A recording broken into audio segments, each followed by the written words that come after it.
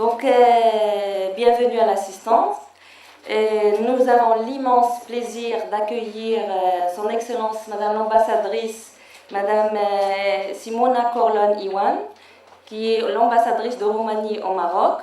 Elle est de formation historienne et la chance, je pense, qu'elle était professeure à l'Université de Bucarest, d'où son rôle un peu actif dans le domaine culturel et notamment de l'architecture. Donc merci Madame Ivana d'être avec nous. Alors, nous remercions aussi professeur Augustin Iwan de venir pour la deuxième fois chez nous. Il est professeur à l'Université d'architecture et d'urbanisme à Bucarest. Il dirige un cabinet d'architecture où il réalise des équipements, des logements, mais aussi, ce qui est intéressant, aussi les églises. Il est expert dans tout ce qui est architecture sacrée. Il était ex-président de la commission des monuments historiques, donc d'où peut-être son militantisme et son attachement au patrimoine. Donc je vais d'abord donner le mot à Madame l'ambassadrice. Ensuite, on écoutera la conférence du professeur Ouane, qu'on remercie parce qu'il a eu un incident de santé et pourtant il est là. Merci beaucoup. Et ensuite, on regardera un film de 10 minutes sur l'architecture roumaine. Et à la fin, on fera un petit tour pour voir l'exposition qui est dans le hall. Donc, je passe la parole à Madame l'ambassadrice. Merci beaucoup, Madame la directrice. Merci beaucoup à vous d'être venue ce soir. Je suis toujours professeure universitaire. J'ai accepté le poste d'ambassadeur, mais dans mon cœur, je suis restée professeure et je vais retourner l'année prochaine à l'Université de Bucarest pour reprendre mes cours. J'adore travailler avec les étudiants, j'adore être professeur. Et pour ça, je suis très contente d'être ici avec vous ce soir. C'est grâce à votre directrice et professeure et ma chère amie qui tout de suite elle a accepté nos propositions de coopération. Et j'espère que la coopération va se conturer beaucoup plus parce que j'ai vu et j'ai constaté qu'il y a une ouverture extraordinaire chez vous à l'université et que vous voulez apprendre, vous voulez connaître, vous êtes intéressé de découvrir un pays du centre et de l'est de l'Europe. L'exposition, donc surtout le film ce soir et l'exposition, sont des parties d'un projet que nous avons commencé cette année avec la ville de Rabat.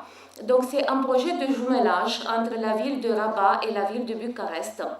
Et dans le cadre du jumelage, nous avons pensé de ne pas laisser seulement les choses administratives de se contourer et de faire beaucoup d'autres choses.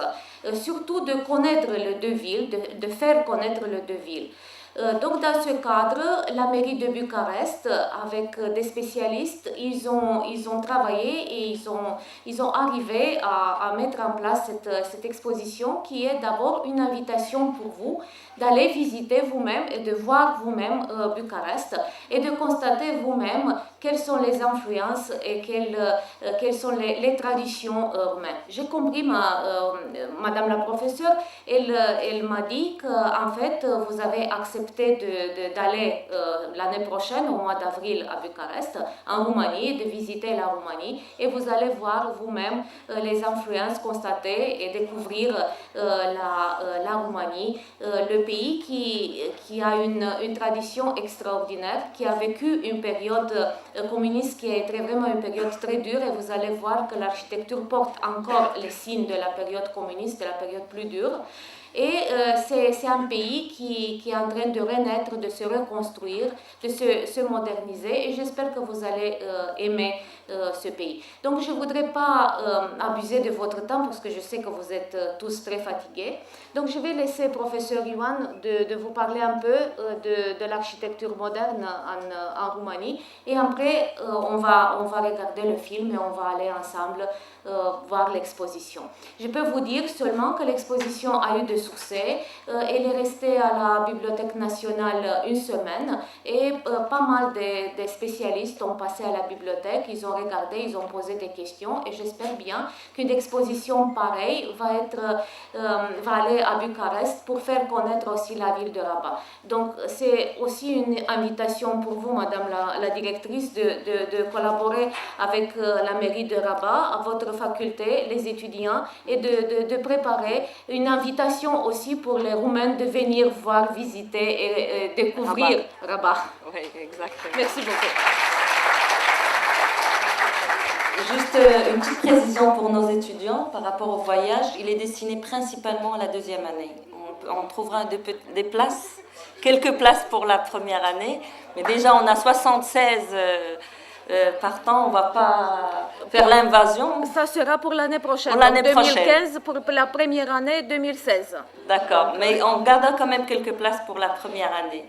Et puis, à titre juste informatif, je rappelle, en fin de séance, vous devez, pour les premières années, remplir une fiche à Madame Cher.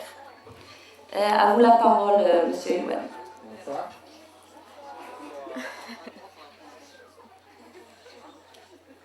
Quand vous êtes prêts.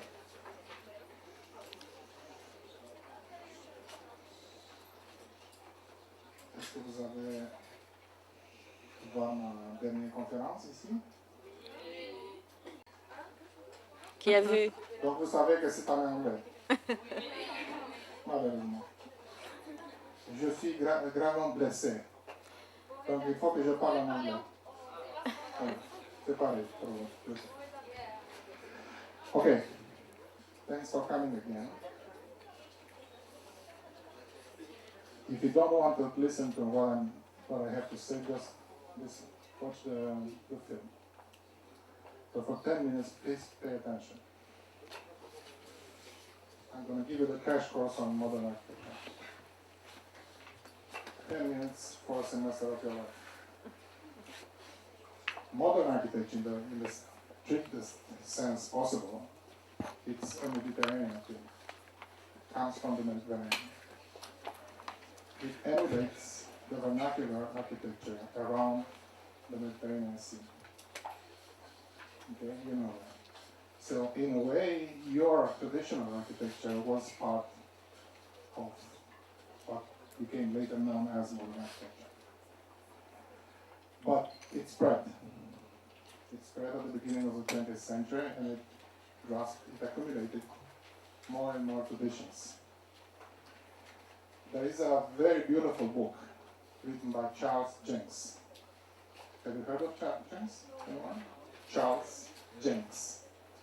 He's the grandfather of postmodern architecture.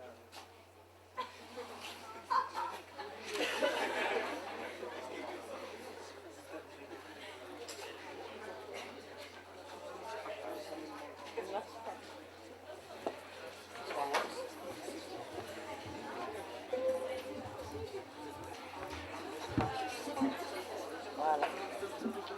Je te ramène une chaise ici? Non, c'est bon.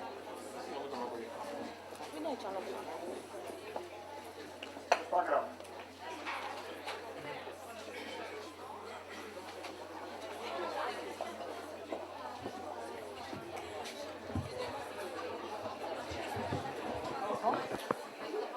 J'espère que c'est bon, oui, merci.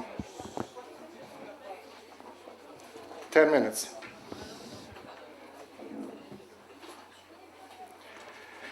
The books of Charles Jenks, who was the theorist of postmodern architecture. His PhD is called Modern Movements. That's a plural in architecture. Modern movements in architecture. So there is not just one modern architecture, there are many. Now, if you come to Romania, you'll see them all. At the beginning, what the? What was that?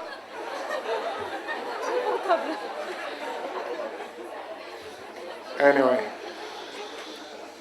guys, listen. I'm very sick. I'm trying to do my best here, but please bear with me. Okay? in 1914 in Zurich, two guys from Romania founded the European avant-garde, the Dada movement, Tristan Tzara and Marcel Janco. Marcel Janco, you have some works by Marcel Janco in the pictures on the wall. So we have avant-garde movement. We also have, let's say, Mediterranean modernism, the one that you have. So you recognize some of the buildings, not because they were made in Morocco and in Romania, but because they were made via France. As Morocco, Romania was heavily influenced by French culture. We were not occupied by them though. That's a plus. Now, there is some Art Deco, especially designed by American architects, not by European ones. But let me give you this big picture, and then we see the movie, and then we go outside and we'll explain it on site with pictures from Bucharest. You'll see them in the exhibition. We had four major ways of understanding modernism before World War II. I'm not talking about right now. I'm talking about 1920s, 30s, and 40s. Okay. We had the so-called Neo-Romanian style. Now, Neo-Romanian styles meant that architects trained in Paris, they did their school at Beaux-Arts in Paris. They came back home to Bucharest. They said, I'm fed up with French stuff. I want to design something else. I want to work with the local tradition. And so, at the beginning of the national state, which in Romania means 1859, 1866, and then I'm just giving you some years. 1859 means that Wallachia and Muntenia united. 1866, the dynasty, the Hohenzollern dynasty, came to Romania. The last king, our last king is still alive. He's 93. He just turned 93. I forgot to mention that I'm the architect of the royal family. I'm designing his grave now, unfortunately. It's really something very sad, trust me. Anyway, so we have that, Neo-Romania. Neo-Romania has changed a lot. It's not very important to you because you're not going to meet unless you're coming to Bucharest. But the problem was this. In the 1930s, as you know from your lectures on the history of architecture, probably. The 1930s in Europe was a time with authoritarian and dictatorships, authoritarian regimes, dictatorships. We had one in Romania, a royal authoritarian regime. No, that's in the 60s, 70s, and 80s. We talk about 1930s. That's 50 years before that. But that's it's good. You know the name of one of our leaders. Okay. King Karl II was there, and he went to Rome, he went to Paris, he went to Nazi Germany, and he said, I want something like this with Bucharest. I want a tall, heroic, monumental, white city. Straight accesses, monuments, statues, that's what I want. And the result of this was the 1935 plan to modify Bucharest, master plan, which is still followed today, 1935, 2014. Minor changes, plus or minus, but including Ceausescu, somebody mentioned his name. When they started demolishing and rebuilding Bucharest, they were following the 1935 plan, actually. That's not good, by the way. And so when they started to build those monuments, they needed another source of influence. The local architecture, the new Romanian architecture, was not good enough. They needed something bigger. And so the new influence came from Italy. At the time it was called Stile Littorio. It was the official style of the Mussolini regime. And they started building some edifices in Bucharest according to this style. Now, what was Mussolini doing in Romania, you would ask? Well, Romanians, as Italians, are descendants of Romans. Our language is very close to Italian, and to French, and to Portuguese, and to Spanish. So, the architects of the time said, listen, if the Italians succeeded, why shouldn't we succeed in Bucharest? It's the same architecture. We're cousins. Why not? And so they started building. On the other hand, in the same period, we had a very interesting movement with the Orthodox Church. The Orthodox Church comes from Byzantium, let's say the Greek Orthodox Church. That's how you find it if you look on the internet. The eastern side of Christianity. They said our origins are with Constantinople, with Istanbul nowadays. And they wanted to emulate that, the Byzantine tradition. So they didn't go back to the Romanian medieval past. They went back straight to the origins being Constantinople, the Byzantine Empire. Because they gave you huge monuments already. You don't have to gonflate the existing ones. They had huge monuments.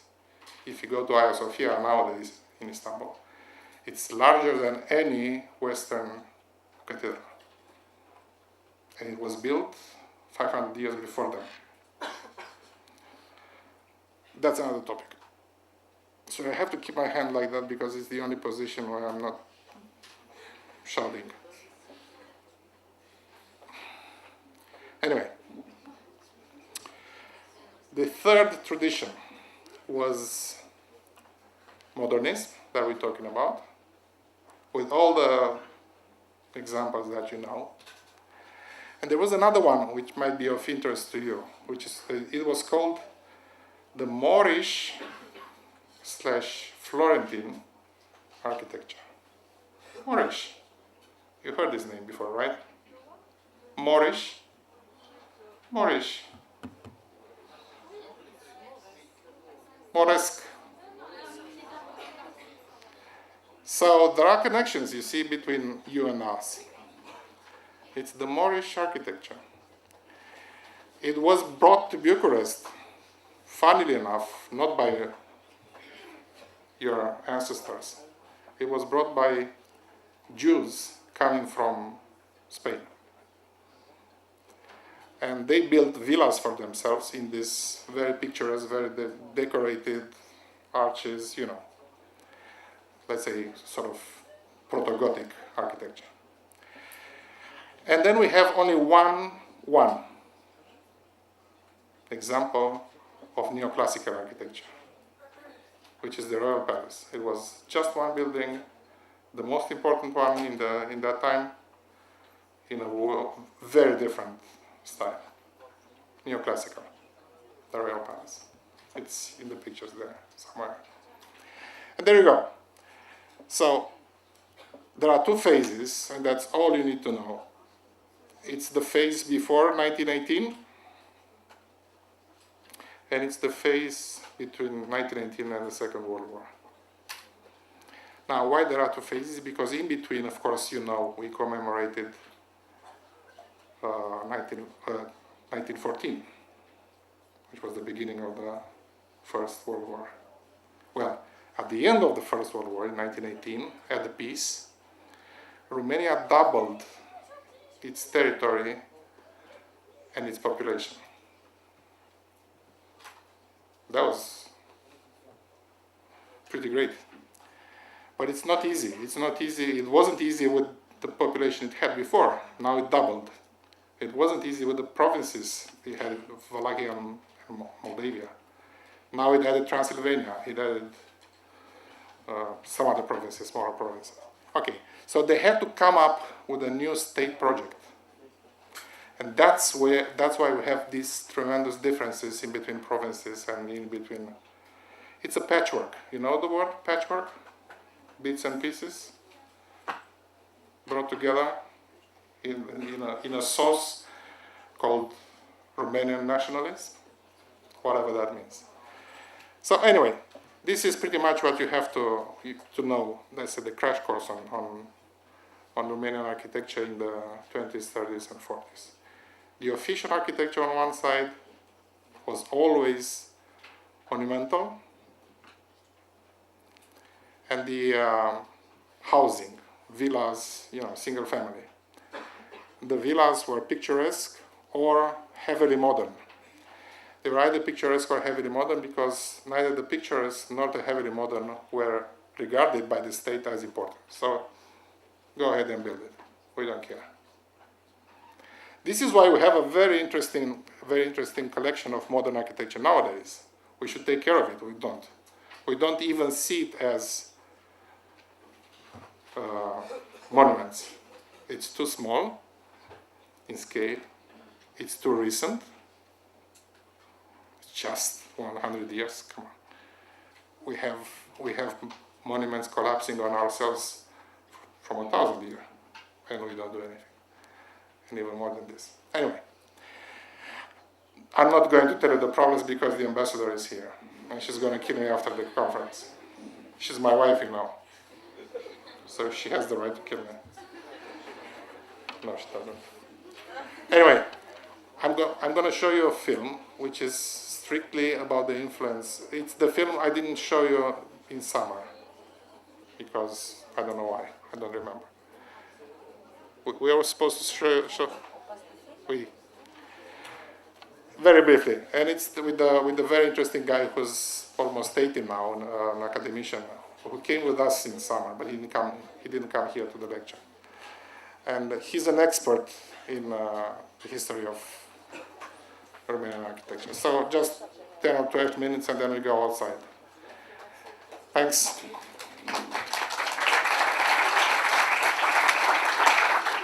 To me, it felt like half an hour, trust me, but it's okay.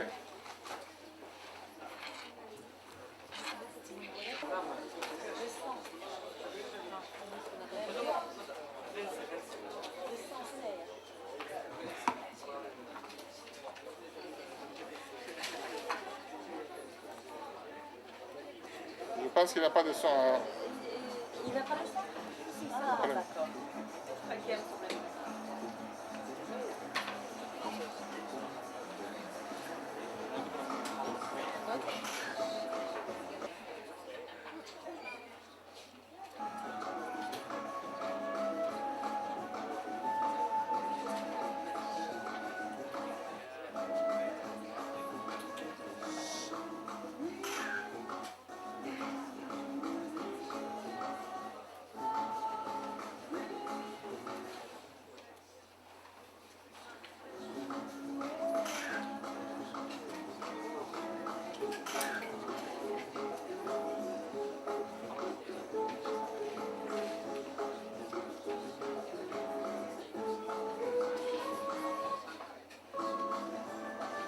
Que la ville de Bucarest fut appelée aussi le Petit Paris, c'est un fait bien connu par beaucoup de monde.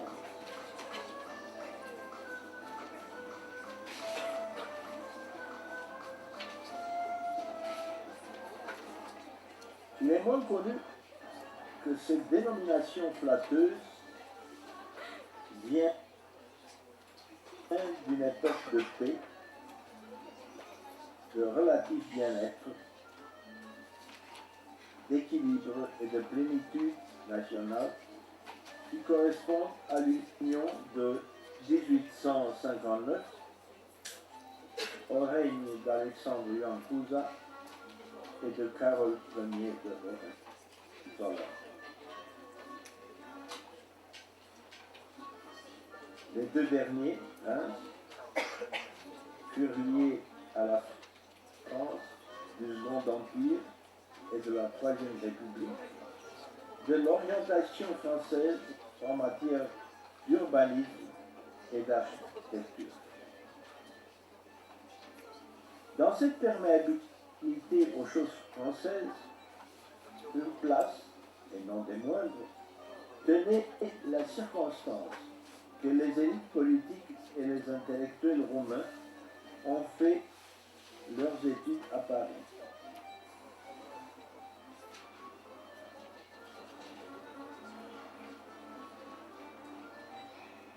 des militants 48 heures encore, celles-ci gardaient sur leur rétine l'image d'un Paris entièrement changé, avec ses boulevards et ses bâtiments officiels ou bien privés, à l'époque du célèbre préfet du département de Seine, que fut le baron Georges Eugène Haussmann, dont les répliques bucarestoises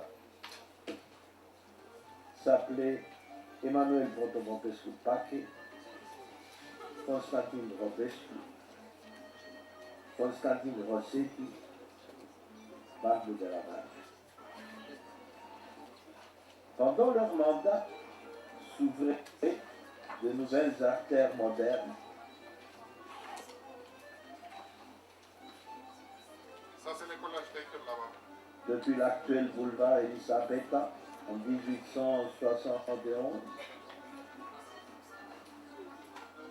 l'actuel boulevard Las Cadavures en 1894. Les magasins aux enseignes françaises, on les trouvait à chaque pas au centre-ville.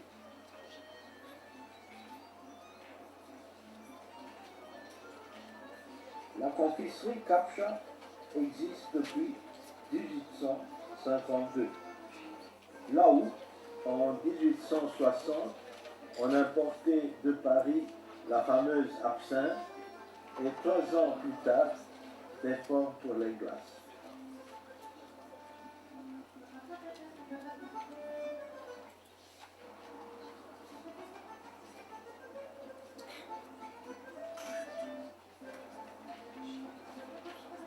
On bâtissait à la mode française des hôtels qui prenaient la place des auberges.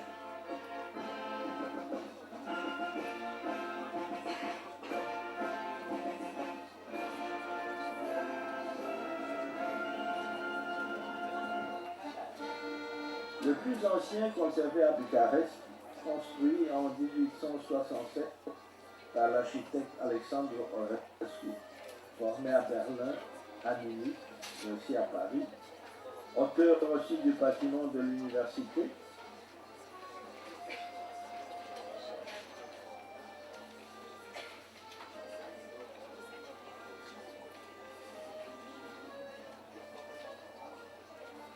Garde sur son fronton l'inscription française Grand Hôtel du Boulevard.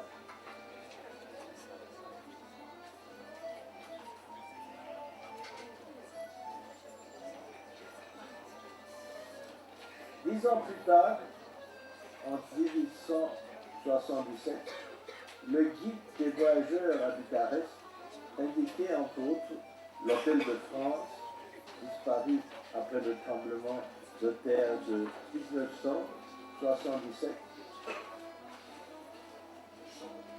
ou l'Hôtel Grand, aujourd'hui Continental.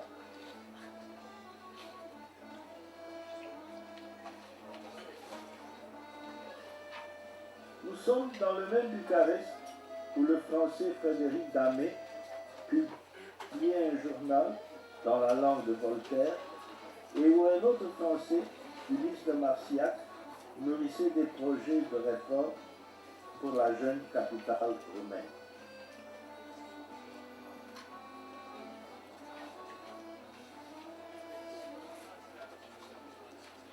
Pour la ville où entre 1884 et 1905 venaient et bâtissaient dans des styles différents, éclectiques, académiques, classiques et néo-renaissance, 5 architectes français ou d'expression française érigeant des monuments publics représentatifs pour le jeune État né aux Bouches du Danube, rappelant entièrement, avec un certain décalage, les édifices parisiens du Second Empire. On pense à Paul-Louis Albert Galleron, futur auteur de quelques pavillons à l'exposition universelle de Paris du 1900, qui, entre 1884 et 1888, avec Cassien Bernard, projeta la Banque nationale de la rue Lipska. Travaux surveillés par l'œil vigilant d'Eugenio Carada. L'édifice, de plan quadrangulaire parfaitement symétrique, était conçu dans un style néoclassique. Il comprenait 4 ailes autour d'un hall rectangulaire où se trouvait le guichet bancaire et d'où partent 2 escaliers en marbre qui mènent vers l'étage où se trouve un hall d'honneur. La salle du conseil, le bureau du gouverneur, décoré aux peintures murales dues à Nicolae Grigorescu, Gheorghe Demetrescu Mira et Eugenio Buonescu. Les 2 étages de la façade centrale sont rythmés par 4 colonnes néo-corinthiennes, tandis que les façades des pavillons latéraux ont reçu des colonnes ioniques, les niches abritant des statues allégoriques représentant l'agriculture et la justice, sculptées par Ion Georgescu, l'industrie et le commerce, dû à Ștefan Ionescu Balbuda.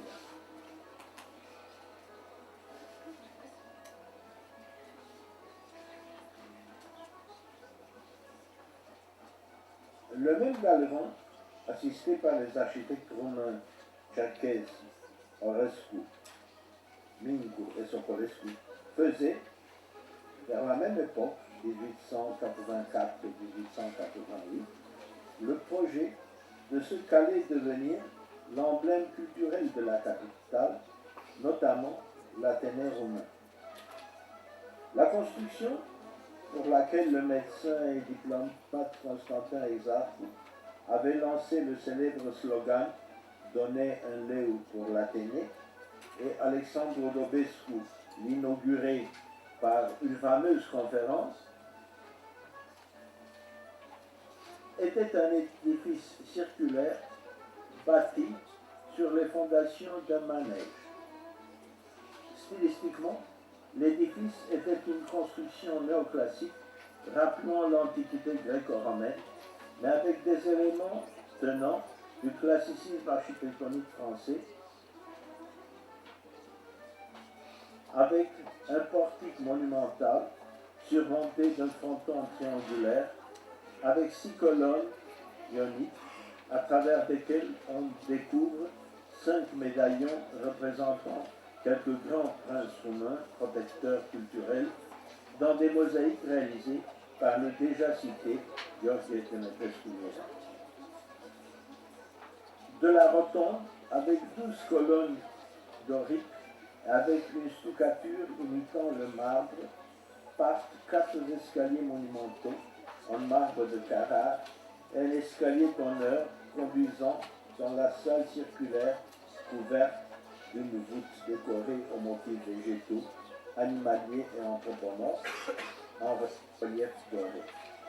Dans cet espace, plus tard, entre 1933 et 1938, le peintre muraliste Costin Petrescu réalisa une vaste fresque illustrant l'histoire nationale.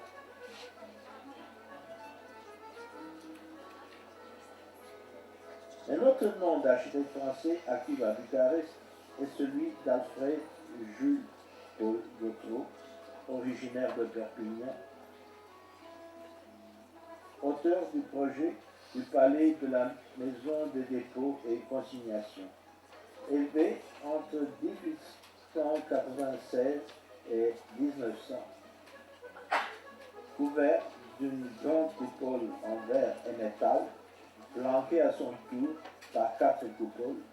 L'édifice de Cala Victorii appartient, au point de vue du style, à l'Académie française. Son entrée, dominée par une immense arcade, soutenue par 4 colonnes composites, mène dans le grand hall des guichets, d'où part vers l'étage un escalier monumental.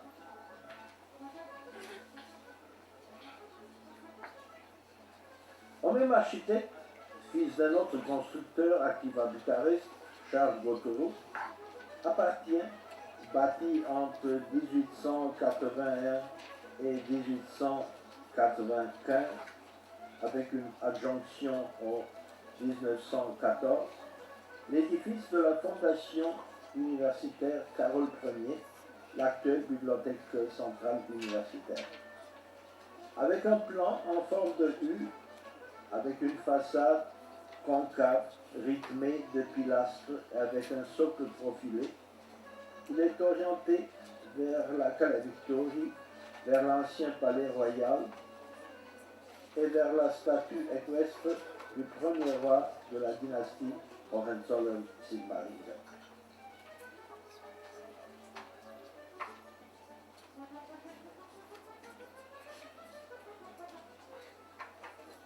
Un quatrième architecte venu de France fut Albert Balu, connu par les pavillons d'Argentine et d'Algérie à l'exposition universelle de 1978. Entre 1890 et 1895, il a érigé, dans le style de la Renaissance française, le palais de justice. La pierre fondamentale a été posée en octobre 1890 par le roi Carole Ier et maître de chantier fut le bien connu architecte romain Ion Mingi. L'édifice a un corps central plus élevé avec 6 pilastres puissants qui soutiennent des images allégoriques sculptées. La justice, l'éloquence, l'attention, la vigueur due à Karol Storch, toujours lui étant l'auteur des 2 statues qui encadrent l'horloge du corps central, représentant la force et la prudence.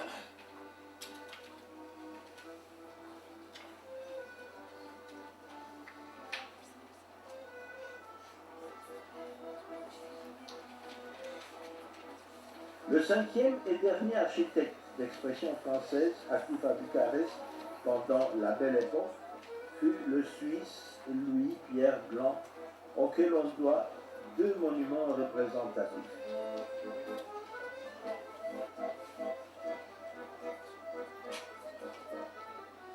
Dans le style du baroque français, reconnu dans l'assemblage de la pierre de taille avec la brique apparente, il a bâti en 1896 le palais du ministère de l'Agriculture près de la place de l'université, avec 3 ailes et une cour d'honneur carrée, avec une entrée dominée par 2 géants qui portent le balcon du corps central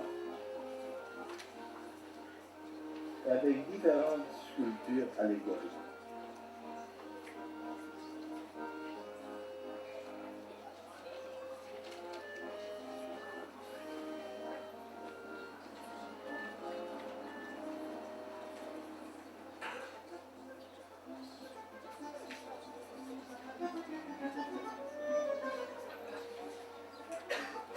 Louis Blanc réalisa aussi l'édifice de la faculté de médecine entre 1900 et 1902, dominé par la statue de Carol Davila réalisée par Carol Storch et inaugurée avec le bâtiment en octobre 1903. Dans un style néoclassique français, la faculté a un portique composé par 4 colonnes ioniques et un fronton triangulaire, un vaste hall et avec une salle de conseil, 2 pavillons aux arrêts arrondis qui abritent les escaliers conduisant à l'étage. Dans l'esprit de cette architecture française, introduite par les 5 professionnels mentionnés et partiellement en parallèle avec eux, ont œuvré dans un Bucarest en train de devenir le petit Paris, quelques architectes roumains qui venaient de clore un chapitre de certes d'inspiration française, du temps de Napoléon III et de la Troisième République, de ce que fut dans l'histoire de la civilisation européenne cette déjà citée belle époque.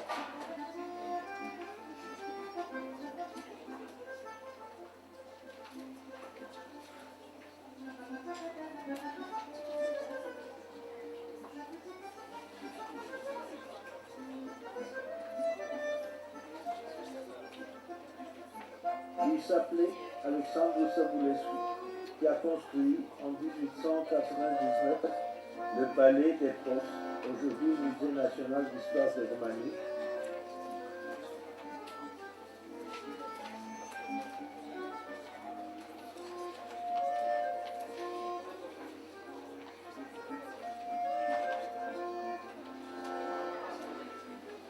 Stylistiquement proche du palais de la Poste fédérale de Genève, Juan Berindei, qui a fait ses études à Paris, auteur de quelques hôtels particuliers mobilières des familles Cantacuzène, Florescu et Hersant,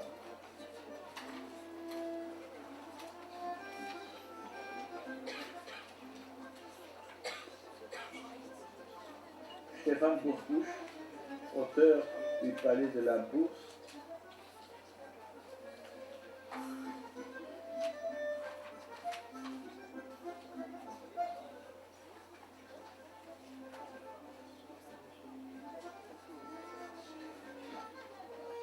et Dimitri Maimaroulou, architecte de la maison de l'armée en 1912.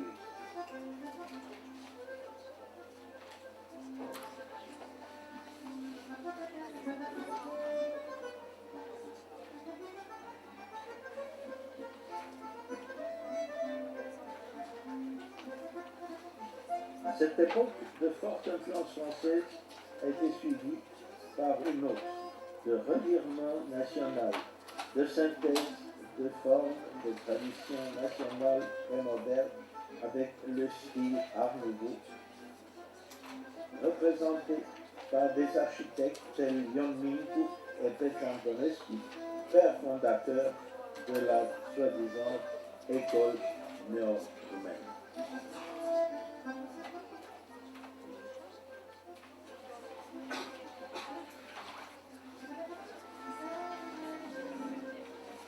C'est l'histoire visuelle d'un chapitre culturel, d'une relation historique, celle du monde roumain avec la France. Voilà.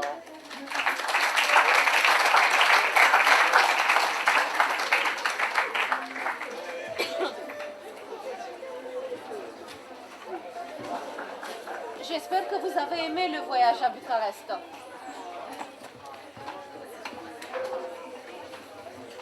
Bien, merci pour ce voyage et pour cet exposé riche en informations et surtout d'œuvres architecturales exceptionnelles. Et donc, on va passer maintenant à l'exposition où on a l'amabilité de M. Yuan, professeur Yuan, qui va nous donner quelques explications sur l'exposition. 3 minutes. 3. Très bien. Et de toute façon, l'affiche va porter essentiellement sur le film et l'exposition qui va rester pendant une semaine. Donc, avant de passer à l'exposition, je voudrais d'abord prendre la photo de souvenir ensemble. J'invite tout le monde à prendre la photo de souvenir.